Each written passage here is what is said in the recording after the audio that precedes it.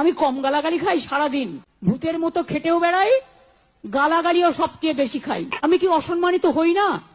যথেষ্ট হই, কিন্তু আমি মনে করি ক্ষমাই পরম ধর্ম, ক্ষমা করে দেওয়া উচিত।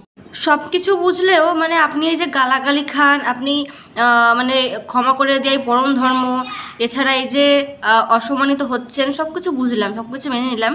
কিন্তু আমার কথা যে এই যে কথাটা আপনি বললেন যে আপনি নাকি ভূতের মতো খাটেন, এটা না ঠিক মানতে পারছি না। মানে আপনি ভূতের মতো খাটেন, পেতনির মতো খাটেন, না ব্রহ্মদেবের মতো খাটেন, বা যার মতন খাটেন না কেন, আমাদের শুনে জেনে কাজ নেই।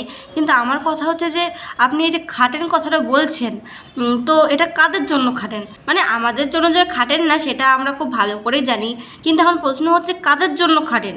দেখুন, আপনি আমাদের রাজ্যের মুখ্যমন্ত্রী, তো আপনি সেখানে আমাদের রাজ্যের মানুষের জন্য খাটবেন, এটা স্বাভাবিক ব্যাপার। কিন্তু আমরা না কোনো বুঝতেই পারলাম না বা দেখতেই পারলাম না যে আপনি আমাদের জন্য খেটেছেন। এখন কথা হচ্ছে যে তাহলে আমাদের জন্য যদি না খেটে থাকেন, তাহলে আপনি কাদের জন্য খেটেছেন?